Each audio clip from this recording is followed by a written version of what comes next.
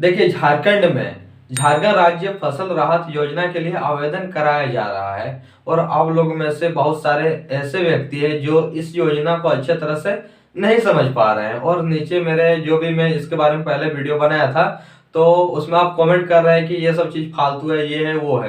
पहले आप योजना को समझिए, क्योंकि जो भी योजना लॉन्च की जाती है वो झारखंड सरकार की ओर से लॉन्च की जाती है, ना कि मेरे द्वारा लॉन्च की जाती है। मेरा काम है कि जो भी योजना लॉन्च हुआ है उसका जानकारी आप तक पहुंचाने का, क्योंकि आप लोग बहुत सारे योजना का लाभ इसलिए नहीं ले पाते हैं, उसके बारे में आपके पास प्रॉपर जानकारी नहीं होता है। और मैं भी जो भी जानकारी आपको देता हूँ सारा प्रूफ में दिखाता हूँ, कोई भी मैं बनाकर जानकारी आपको नहीं देता हूँ, क्योंकि मुझे भी पता है कि अगर आपको गलत इन्फॉर्मेशन आपके तक पहुंचा तो आप लोग इधर उधर दौड़िएगा और कोई भी काम नहीं होगा। इसलिए मैं जितना भी जानकारी आपको देता हूँ सारा प्रूफ के माध्यम से देता हूँ। जो भी माध्यम से मुझे जो खबर मिलती है मैं आपको वो माध्यम सीधे दिखा देता हूँ।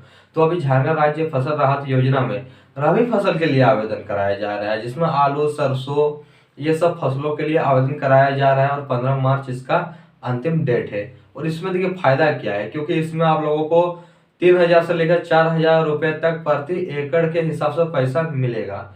और अगर आपको जो पैसा मिलेगा वो मैक्सिमम 5 एकड़ का मिलेगा। मान लीजिए कि आपको 3,000 रुपया करके पैसा इसमें मिलता है आपका फसल के लिए, तो आपको 5 या 15,000 रुपये मिलेगा। 4,000 के हिसाब से मिलता है तो 20,000 रुपये आपको फसल का पैसा मिल जाएगा। तो आवेदन करने में क्या ही जाता है, आवेदन बिल्कुल फ्री है।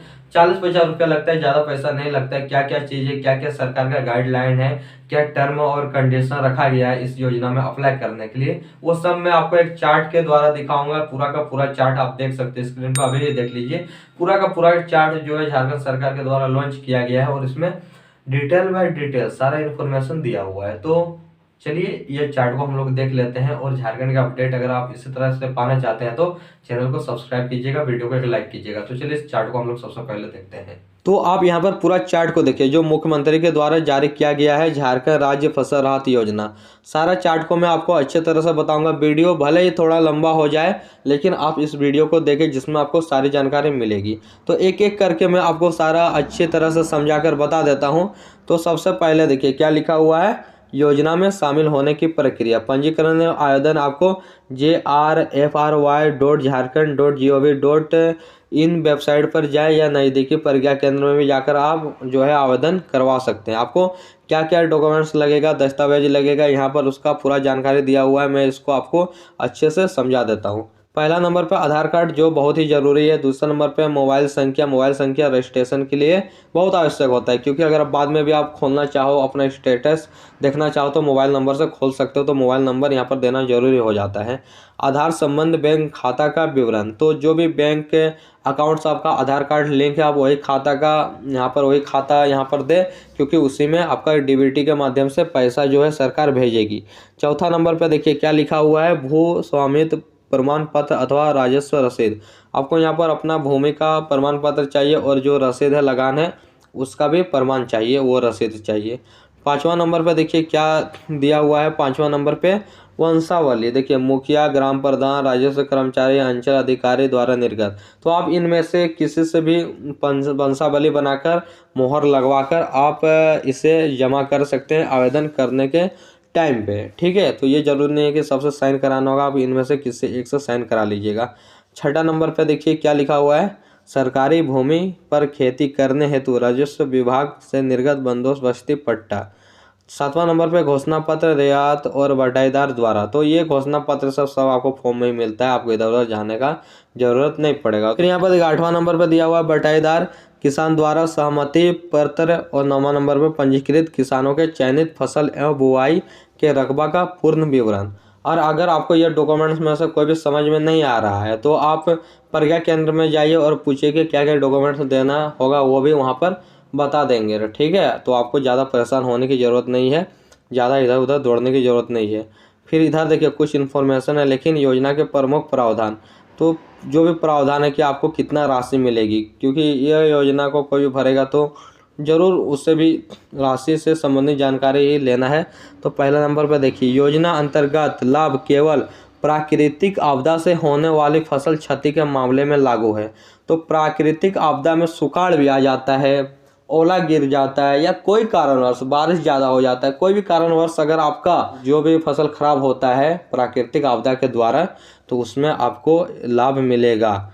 दूसरा नंबर पे क्या लिखा हुआ है, योजना का लाभ लेने के लिए किसान को ऑनलाइन निबंधन एवं प्रत्येक फसल मौसम खरीफ एवं रबी में अलग अलग आवेदन करना होगा। तो देखिए बहुत सारे ऐसे किसान हैं जो सोच रहे हैं कि पहले तो मैंने खरीफ फसल में आवेदन किया था, तो क्या फिर से रबी फसल में आवेदन करना होगा। तो देखिए तीसरा नंबर पे यहाँ पर दूसरा नंबर पे ही साफ लिख दिया गया है कि आपको फिर से आवेदन करना होगा, अलग अलग आवेदन करना पड़ेगा। तीसरा नंबर पे क्या लिखा हुआ है, योजना में भाग लेने के लिए कोई प्रीमियम नहीं देना है। तो आपको कोई भी योजना में भाग लेने के लिए प्रीमियम नहीं देना है। चौथा नंबर पे देखिए क्या लिखा हुआ है, प्राकृतिक आपदा से हुई फसल क्षति का आकलन एवं निर्धारण क्रॉप कटिंग एक्सपेरिमेंट CCE के आधार पर किया जाएगा।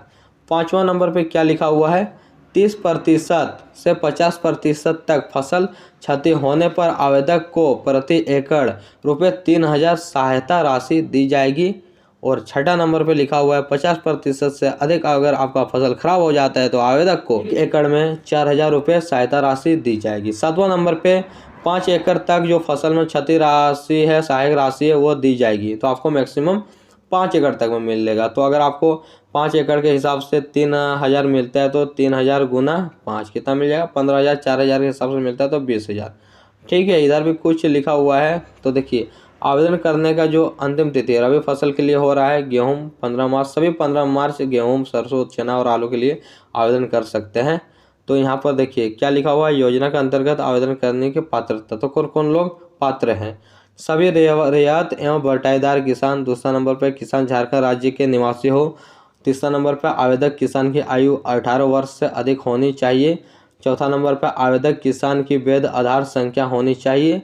पाँचवा नंबर पर कृषि कार्य करने से संबंधित वैध भूमि दस्तावेज, प्रमाण पत्र अथवा राजस्व रसीद, राजस्व विभाग से निर्गत बंदोबस्ती पट्टा, बटाईदार किसान द्वारा भूस्वामी से सहमति पत्र। छठा नंबर पर देखिए न्यूनतम 10 डेसीमील और अधिकतम 5 एकड़ हेतु निबंधन। सातवां नंबर पर सभी किसान के लिए स्वैच्छिक। आठवां नंबर पर आवेदक किसानों को अपना आधार संख्या बायोमेट्रिक्स प्रणाली KYC के द्वारा प्रमाणित करना होगा। तो फिंगरप्रिंट देकर आपको जो है KYC कराना होगा तो ही आपका इसमें आवेदन होगा। तो ये सारा डिटेल दिया हुआ है और भी नीचे कुछ लिखा हुआ है तो मैं आपको ये बता देता हूँ। तो देखिए क्या लिखा हुआ है इसमें, रबी फसल मौसम 2022-23 हेतु निबंधन एवं आवेदन प्रारंभ है। योजना के तहत CSC के द्वारा आवेदन करने वाले पूर्व से निबंधित किसान को आवेदन हेतु ₹10 एवं नए निबंधन और आवेदक हेतु ₹40 ही देना है। स्वयं ऑनलाइन निबंधन और आवेदन करने वाले एवं CSC के द्वारा आवेदन करने वाले किसान को KYC के लिए CSC को अतिरिक्त शुल्क नहीं देना है। अगर आप CSC सेंटर पे जाते हैं आवेदन KYC कराने के लिए, हाँ, तो आपको KYC के लिए ₹1 भी शुल्क नहीं देना है। और ये सरकार का नियम है। जो CSC सेंटर होता है वो प्राइवेट नहीं होता है, उसमें सरकार का भी हाथ होता है, सरकार के द्वारा भी उन्हें पेमेंट किया जाता है। तो आप डरे नहीं, बोलिएगा पैसा नहीं देंगे, साफ साफ यहाँ पर लिखा हुआ है। साफ यहाँ पर जो सरकार के द्वारा नोटिस निकाला गया है इसमें लिखा हुआ है। ज़्यादा कुछ बोले तो आप इस नोटिस को स्क्रीनशॉट करके रखिए, मैं यहाँ पर छोटा कर दिया हूँ। लीजिए टोटल स्क्रीनशॉट लेकर रखिए और आप उसे यह दिखा दीजिए, पढ़ा दीजिए, उसे यह सारा चीज़ समझ में आ जाएगा। तो देखिए मैंने जितना भी इन्फॉर्मेशन आपको दिखाया सारे चार्ट में दिया हुआ है, आप तो देखे ही, और जितना भी डिटेल था मैं आपको एक एक करके बता दिया, अच्छे से समझा दिया। जितना अच्छे से हो सकता है मैं उतना अच्छा से आपको समझाया हो। और आगे जितना भी झारखंड का योजना आएगा मैं सबका जानकारी आप तक पहुंचाऊंगा, चाहे जो हो जाए। इसलिए चैनल को आप लोग सब्सक्राइब बेफिक्र होकर कीजिए। तो मिलते हैं आपसे नेक्स्ट वीडियो पे किसी और झारखंड के अपडेट को लेकर। तब तक के लिए जय हिंद, जय भारत, जोहार झारखंड।